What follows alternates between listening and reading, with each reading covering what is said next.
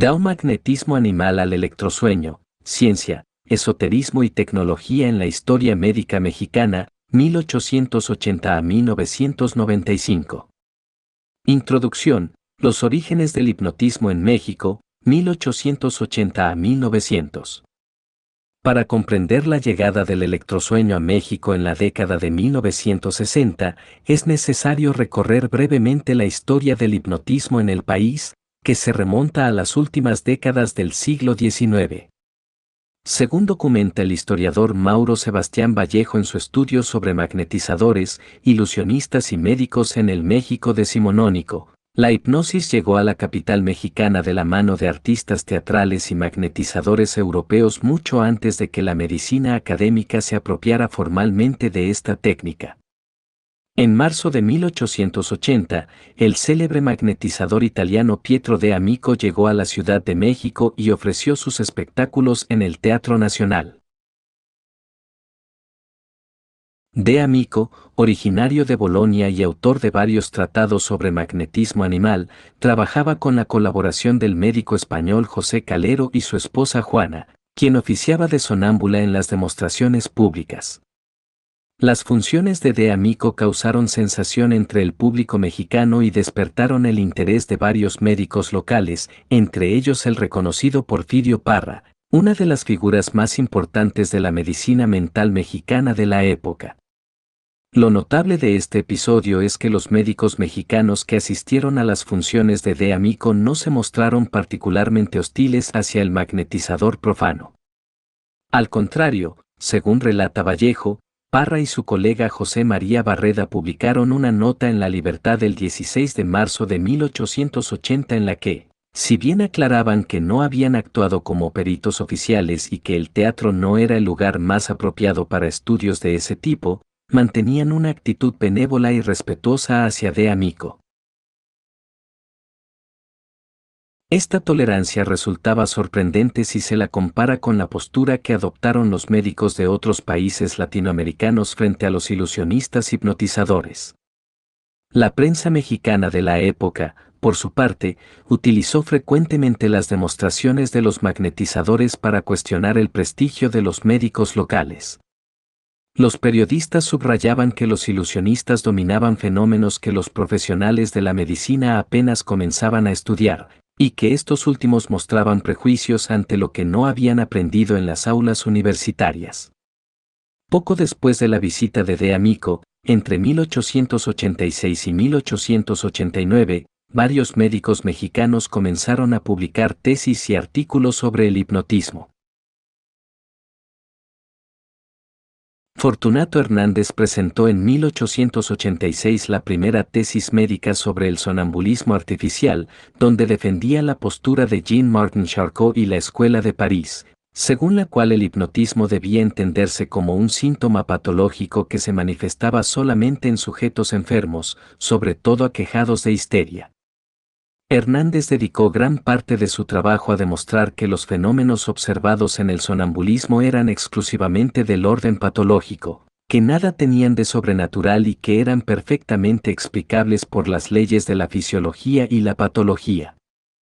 Esta insistencia en descartar lo sobrenatural respondía claramente a la necesidad de diferenciarse de los ilusionistas teatrales y espiritistas que también explotaban los fenómenos hipnóticos.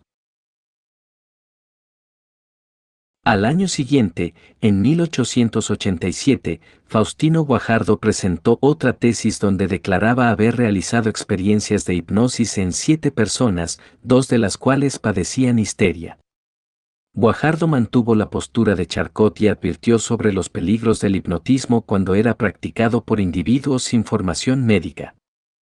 Ese mismo año, Ferreol Lavadier publicó en la Gaceta Médica un artículo que detallaba las hipnotizaciones realizadas en 4 individuos, incluyendo a una persona sana, y donde por primera vez se mencionaba la perspectiva alternativa de Hippolyte Burnham y la escuela de Nancy, para quienes la hipnosis era un proceso normal que podía ser desencadenado en todos los seres humanos.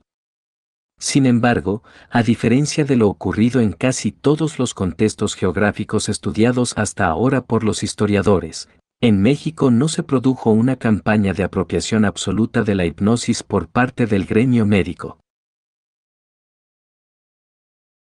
Francisco Armendáriz, en su tesis de 1888, llegó a afirmar que bastaba una poca de buena voluntad y el deseo de contribuir al adelanto científico, para instituir una serie de experiencias practicables, no solamente por los médicos, sino por cualquiera persona ilustrada y de buen juicio. Esta posición tolerante se explica, según Vallejo, por la escasa experiencia práctica que los médicos mexicanos tenían con los actos hipnóticos y por la corta tradición en el terreno de la experimentación en fisiología nerviosa. Todavía más singular resulta la tesis que Roberto Cañedo presentó en 1889, donde abandonó el lenguaje de la neurología para retomar el vocabulario del magnetismo animal. Cañedo defendía la doctrina de un fluido vital que emanaría de los seres humanos y que, bien aplicado, sería capaz de sanar las enfermedades. Según el autor, todos los seres humanos poseían esa fuerza magnética y eran capaces de utilizarla con fines curativos, sin que fuera necesario poseer el título de médico. La insistencia de los médicos mexicanos en negar el carácter sobrenatural de los fenómenos hipnóticos no era gratuita.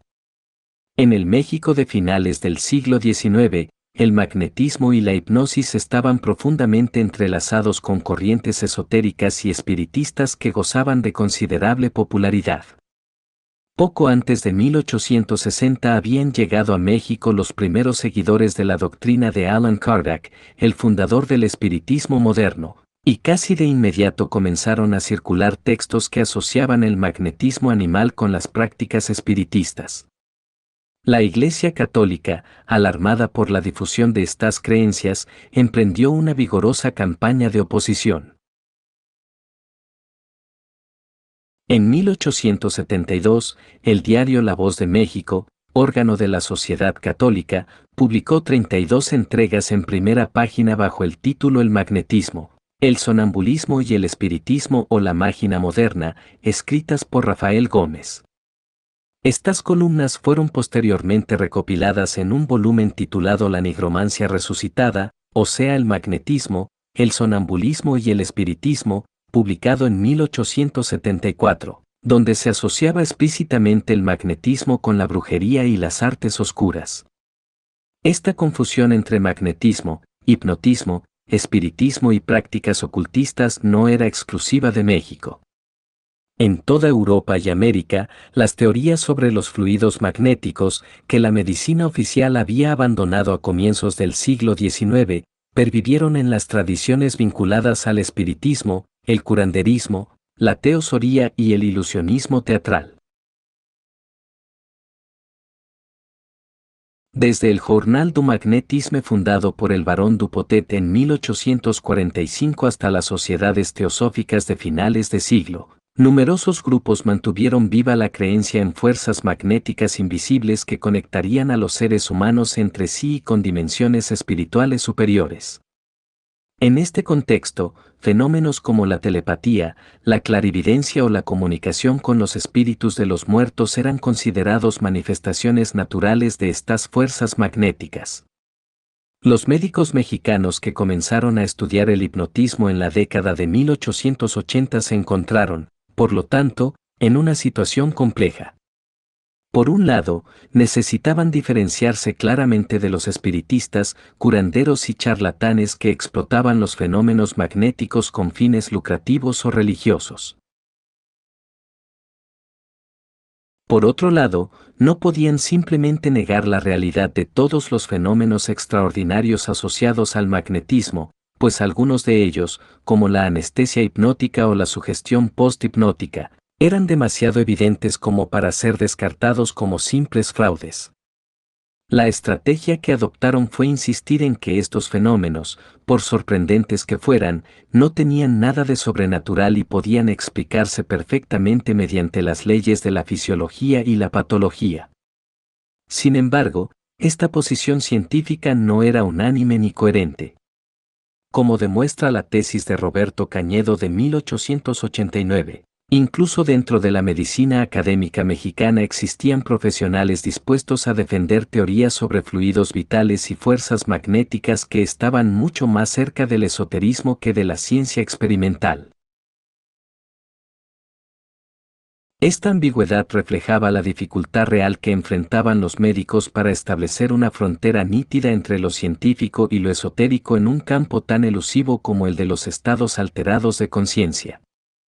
El hecho de que Fortunato Hernández dedicara una sección entera de su tesis de 1886 a defender la posibilidad de la transmisión del pensamiento sin signos exteriores, es decir, la telepatía, apelando a la teoría del éter para explicarla, muestra hasta qué punto incluso los médicos más comprometidos con la ciencia oficial mantenían una actitud ambivalente hacia fenómenos que la ortodoxia consideraba esotéricos o imposibles. A lo largo de las décadas de 1880 y 1890, numerosos ilusionistas visitaron la Ciudad de México y ofrecieron espectáculos en los que el hipnotismo ocupaba un lugar destacado. Cada vez que llegaba alguno de estos artistas, los tópicos del magnetismo y la hipnosis volvían a ocupar las columnas de los periódicos. En abril de 1900, el célebre hipnotista Onofrov permaneció 2 meses en la capital mexicana ofreciendo funciones en los teatros Nacional y Principal, antes de recorrer otras ciudades del país hasta comienzos de 1902. En la función especial del 16 de abril, a la que fueron invitados médicos y periodistas, Onofrov realizó diversas demostraciones en presencia de Guillermo Parra y otros profesionales. El escritor Luis Urbina publicó entonces un artículo burlándose del desinterés soberbio de los médicos por estos asuntos, recordando que un Charcot había hecho clínica con este tipo de experimentos. Este panorama histórico resulta fundamental para comprender el contexto en el que, varias décadas más tarde, haría su aparición en México una nueva técnica vinculada al hipnotismo pero basada en la aplicación de corrientes eléctricas, el electrosueño. La máquina hipnotrón no surgió en un vacío cultural, sino que se insertó en una tradición mexicana de larga data en la que el sonambulismo artificial, el magnetismo y la hipnosis habían circulado ampliamente tanto en los consultorios médicos como en los teatros, tanto en las revistas científicas como en la prensa popular, tanto en manos de profesionales titulados como de ilusionistas y magnetizadores. Transición, del hipnotismo teatral al electrosueño médico, 1900 a 1963. Entre el ocaso de los grandes ilusionistas hipnotizadores del siglo XIX y la aparición de la máquina hipnotrón en la década de 1960 transcurrieron más de 6 décadas de las que se conserva escasa documentación sobre el uso del hipnotismo en México.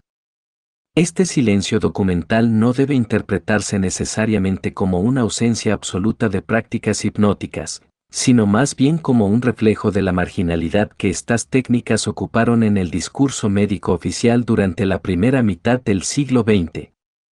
Las primeras décadas del siglo XX estuvieron marcadas en México, como en muchos otros países, por profundas transformaciones políticas y sociales.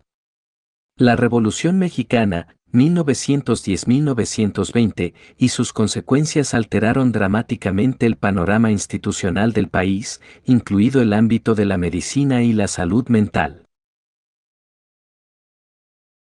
Durante estos años, la atención de los profesionales se concentró en problemas más urgentes relacionados con la higiene pública, las enfermedades infecciosas y la reorganización del sistema de salud. El hipnotismo, asociado en la memoria colectiva con los espectáculos teatrales y con prácticas fronterizas entre la medicina y el charlatanismo, quedó relegado a un segundo plano. Sin embargo, a nivel internacional, el hipnotismo no desapareció por completo del horizonte médico. En Europa y Estados Unidos, diversos investigadores continuaron explorando sus aplicaciones terapéuticas, especialmente en el contexto de la psiquiatría y la psicología clínica. Durante la Primera y Segunda Guerra Mundial, la necesidad de intervenciones rápidas y efectivas para tratar los traumas psicológicos de los combatientes reanimó el interés por la hipnosis como herramienta terapéutica. Como consecuencia de esta renovada atención, a finales de los años 40 se fundaron sociedades profesionales dedicadas al estudio científico de la hipnosis, como la Society for Clinical and Experimental Hypnosis, creada en Estados Unidos en 1949. Paralelamente, en la Unión Soviética se desarrollaba una línea de investigación completamente diferente que combinaría las técnicas hipnóticas tradicionales con la aplicación de corrientes eléctricas de baja intensidad. Los investigadores rusos, trabajando desde principios del siglo XX en la búsqueda de métodos para inducir el sueño mediante electricidad, habían intentado sin éxito encontrar un tipo específico de corriente capaz de hacer perder el conocimiento a los pacientes de manera controlada. Finalmente abandonaron ese objetivo maximalista, pero en el proceso descubrieron que corrientes de muy baja intensidad, aplicadas a través de electrodos colocados en las sienes o los párpados, producían en los pacientes un estado de profunda relajación y mejoraban significativamente la calidad del sueño en las noches posteriores al tratamiento. En 1953, los investigadores médicos rusos presentaron oficialmente el Somniatron, el primer dispositivo de electrosueño o electroslep diseñado específicamente para aplicaciones psiquiátricas. Este aparato aplicaba corrientes eléctricas de intensidad muy baja, generalmente entre 0,5 y 4 miliamperios, a una frecuencia que oscilaba entre 100 y 15.000 pulsos por segundo. A diferencia de los intentos anteriores de electroanestesia, que buscaban inducir la pérdida total de conciencia, el Somniatron producía un estado intermedio de relajación profunda que los investigadores rusos consideraban terapéuticamente valioso para el tratamiento de la ansiedad, el insomnio y diversas afecciones psicosomáticas. La técnica del electrosueño permaneció durante casi una década confinada al ámbito de la medicina soviética y de los países del bloque oriental. Sin embargo, en 1963, los dispositivos de electrosueño llegaron a Estados Unidos a través de Japón y comenzaron a ser investigados en hospitales universitarios, principalmente con pacientes que padecían insomnio crónico. Diversos centros de investigación iniciaron estudios tanto con pacientes psiquiátricos ambulatorios como hospitalizados, y algunos laboratorios emprendieron investigaciones con animales para determinar si el electrosueño realmente modificaba el funcionamiento cerebral, si era seguro y cuál podría ser su mecanismo de acción. Los resultados de estas investigaciones revelaron que las corrientes eléctricas de baja intensidad efectivamente atravesaban todo el cerebro, que incrementaban la producción y liberación de neurotransmisores en las neuronas, y que cuando los neurotransmisores cerebrales eran artificialmente desequilibrados en experimentos de laboratorio, el electrosueño contribuía a restaurar el equilibrio. Estos hallazgos generaron un considerable entusiasmo entre ciertos sectores de la psiquiatría estadounidense y europea durante los años 60, aunque también despertaron escepticismo entre otros profesionales que consideraban que la técnica carecía de fundamento teórico sólido. En este contexto internacional de renovado interés por las técnicas de estimulación cerebral no invasiva, y específicamente por el electrosueño, debe situarse la fundación del Instituto de Hipnosis Médica y Medicina Psicosomática en la Ciudad de México alrededor de 1963.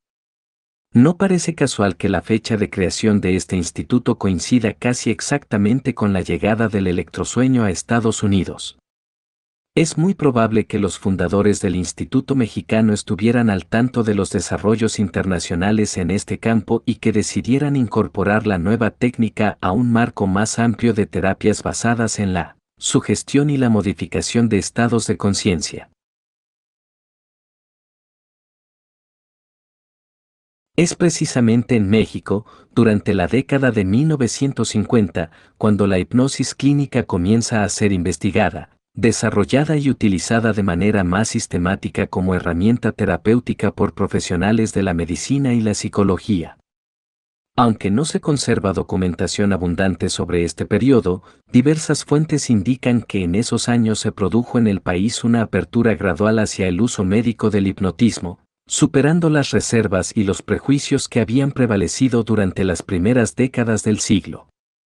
Esta apertura se insertaba en un contexto más amplio de modernización de las instituciones de salud mental mexicanas y de mayor receptividad hacia técnicas terapéuticas que no se limitaban al uso de fármacos o al internamiento asilar. La llegada del electrosueño a México en los años 60 debe entenderse, por lo tanto, no como una ruptura absoluta con el pasado, sino como una continuación transformada de la larga historia del hipnotismo en el país.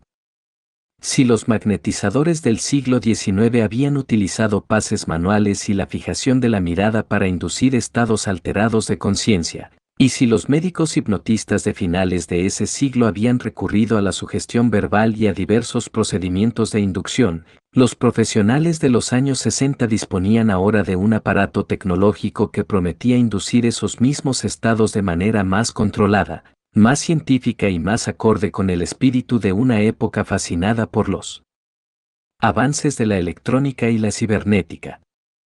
La máquina Hypnotron que el Dr. Rendón y sus colegas utilizarían en el Instituto de Hipnosis Médica no era, en el fondo, más que la última encarnación de una búsqueda centenaria, la búsqueda de métodos para acceder a las capas profundas de la psique humana, para modificar estados mentales patológicos y para aprovechar los poderes terapéuticos de la sugestión. Lo que había comenzado como magnetismo animal en el siglo XVIII, lo que se había transformado en hipnotismo científico en el siglo XIX, y lo que había fascinado a médicos e ilusionistas por igual durante décadas, reaparecía ahora bajo la forma de una caja negra con electrodos, luces rojas y sonidos monótonos. La tecnología había cambiado, pero la promesa fundamental permanecía intacta, la posibilidad de transformar la mente y el cuerpo mediante la combinación de procedimientos físicos con sugestiones psicológicas. La máquina Hypnotron y el Instituto de Hipnosis Médica, 1963 a 1973. El 12 de junio de 1973, la revista Vanidades Continental publicó un extenso reportaje de Ernesto Parres titulado Una máquina que hipnotiza, que documentaba el uso del electrosueño en la Ciudad de México. El artículo describía las actividades del Instituto de Hipnosis Médica y Medicina Psicosomática, fundado aproximadamente 10 años antes, es decir, alrededor de 1963. Este instituto utilizaba una máquina denominada Hypnotron para tratar diversas afecciones mediante la aplicación de corrientes eléctricas de baja intensidad combinadas con estímulos luminosos y sonoros.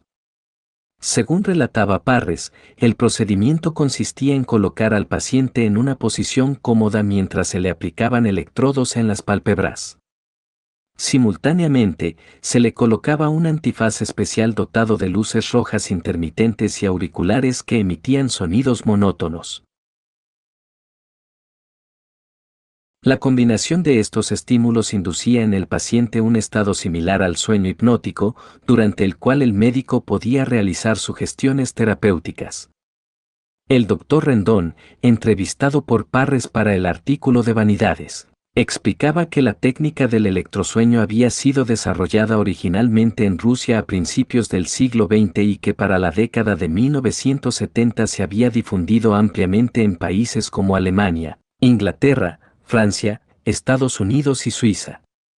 Rendón afirmaba que el método era particularmente eficaz para el tratamiento de la obesidad, aunque también se aplicaba en casos de asma, úlcera, insomnio, depresión y otras afecciones de origen nervioso o psicosomático. Lo interesante del enfoque del Instituto de Hipnosis Médica era que no se limitaba a la aplicación mecánica de la máquina Hypnotron, sino que combinaba el electrosueño con técnicas de hipnosis tradicional y con un abordaje psicológico más amplio. El Dr. Rendón explicaba a Parres que el estado inducido por el aparato facilitaba la receptividad del paciente a las sugestiones terapéuticas, pero que el éxito del tratamiento dependía también de la habilidad del médico para establecer una relación de confianza con el paciente y para formular las sugestiones de manera adecuada. En el caso específico del tratamiento de la obesidad, que constituía la principal aplicación del método según el artículo, el protocolo incluía varias sesiones en las que se combinaba el electrosueño con sugestiones dirigidas a modificar los hábitos alimentarios y a reforzar la motivación del paciente para adelgazar. Rendón sostenía que los resultados eran notablemente superiores a los obtenidos mediante dietas convencionales o mediante el uso aislado de la hipnosis sin el apoyo del aparato eléctrico. El artículo de Vanidades presentaba el electrosueño como una técnica científica y moderna, avalada por la investigación médica internacional. Sin embargo, también reconocía implícitamente que el método tenía algo de misterioso o maravilloso para el público general y que por eso despertaba tanto interés.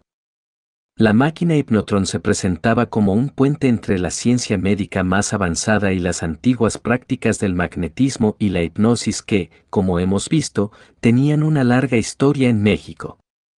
El hecho de que el Instituto de Hipnosis Médica llevara casi una década de funcionamiento en 1973 indica que el electrosueño había logrado cierta estabilidad y aceptación en el panorama médico mexicano. A diferencia de lo ocurrido con los ilusionistas hipnotizadores de finales del siglo XIX, el Dr. Rendón y sus colegas operaban desde una institución formalmente constituida, utilizaban un aparato de aspecto tecnológico y se presentaban explícitamente como profesionales de la medicina.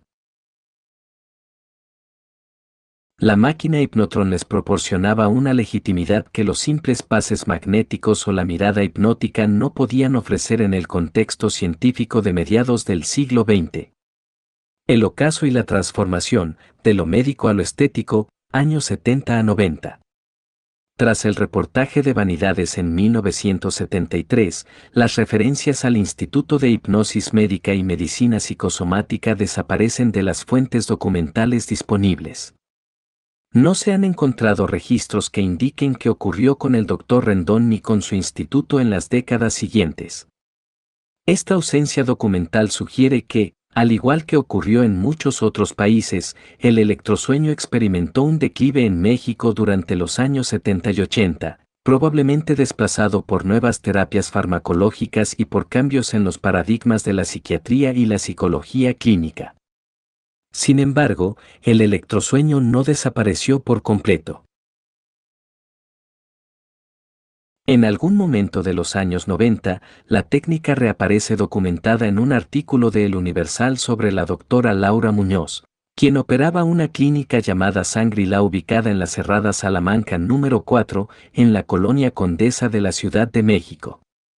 Lo notable es que en este artículo la doctora Muñoz afirmaba haber introducido el electrosueño en México en 1995. Una afirmación que contradice abiertamente la evidencia del artículo de Vanidades de 1973 y la existencia del Instituto de Hipnosis Médica desde 1963. Esta contradicción resulta significativa porque revela un posible olvido o desconocimiento de los antecedentes históricos del electrosueño en México. Es posible que la doctora Muñoz realmente desconociera la existencia del trabajo previo del doctor Rendón, o quizás consideraba que su propia aproximación era suficientemente diferente como para constituir una verdadera introducción de la técnica. En cualquier caso, la discontinuidad documental entre 1973 y 1995 sugiere que el electrosueño no mantuvo una presencia continua e ininterrumpida en el panorama médico mexicano. Lo que sí resulta evidente es que entre la práctica del Dr. Rendón en los años 60 y 70 y la práctica de la doctora Muñoz en los años 90 se produjo una transformación significativa en el discurso y en las aplicaciones del electrosueño. Mientras que el Instituto de Hipnosis Médica se presentaba como una institución dedicada al tratamiento de diversas afecciones médicas y psiquiátricas, con particular énfasis en la obesidad pero también en el asma, la úlcera, el insomnio y la depresión, la clínica Shangri-La de la doctora Muñoz se orientaba más claramente hacia el ámbito de la estética y el bienestar. Según el artículo de El Universal, la doctora Muñoz ofrecía tratamientos de electrosueño para la obesidad, la ansia y el insomnio, pero también para la belleza y el antienvejecimiento. El protocolo que describía constaba de 4 sesiones de entre 20 y 45 minutos cada una, seguidas de una pausa de 31 días antes de poder iniciar un nuevo ciclo de tratamiento. La clínica disponía de 40 programas diferentes de electrosueño, adaptables a las necesidades específicas de cada paciente. El costo era de 350 pesos por sesión, una tarifa que situaba el tratamiento en un rango accesible para las clases medias urbanas. El artículo de El Universal mencionaba además que la célebre actriz María Félix había sido usuaria del electrosueño, un dato que contribuía a asociar la técnica con el mundo del espectáculo, la belleza y el glamour más que con el ámbito estrictamente médico. Esta mención de María Félix reforzaba la transformación del electrosueño desde una terapia médica hacia un tratamiento de bienestar y antienvejecimiento destinado a una clientela preocupada por la apariencia física y la calidad de vida.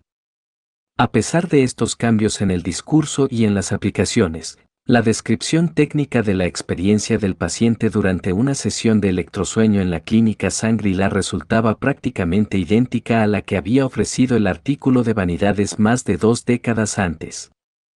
El paciente se recostaba en una posición cómoda, se le colocaban electrodos en las sienes o en las pálpebras, se le ponía un antifaz con luces rojas intermitentes y auriculares con sonidos monótonos, y se le aplicaba una corriente eléctrica de muy baja intensidad.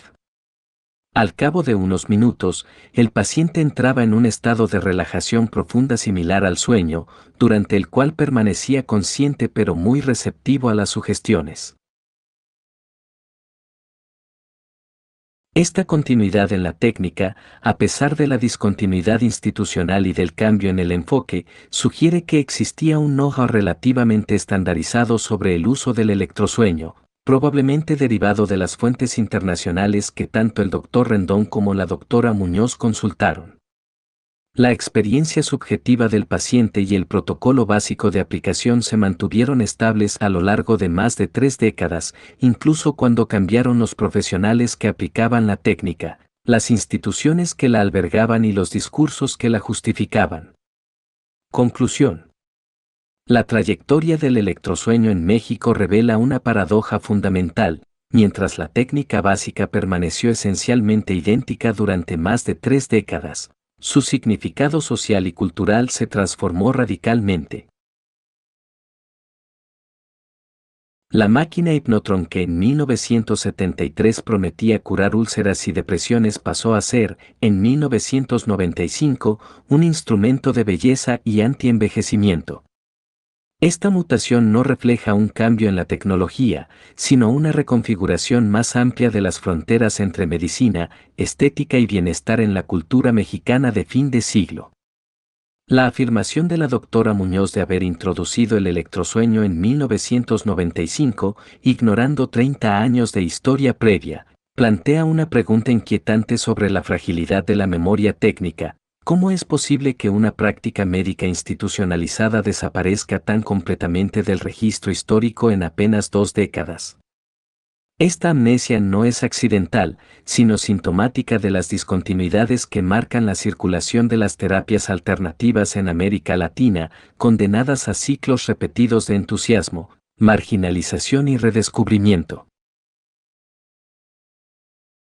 Finalmente, la larga historia mexicana del hipnotismo, desde los magnetizadores italianos de 1880 hasta la clínica Shangri-La de los años 90, sugiere que la relativa tolerancia de los médicos mexicanos hacia los practicantes no profesionales facilitó la supervivencia de estas técnicas en los márgenes de la medicina oficial, permitiendo que reaparecieran transformadas cada vez que nuevas demandas sociales las hacían relevantes.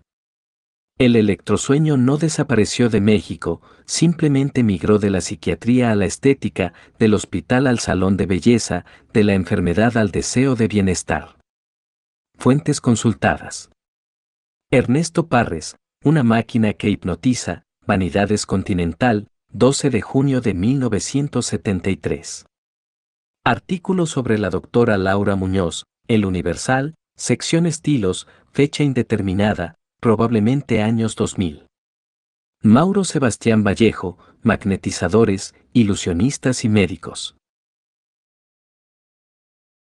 Una aproximación a la historia del hipnotismo en México, 1880-1900, trashumante. Revista Americana de Historia Social, número 5, enero-junio 2015, páginas 200 a 219.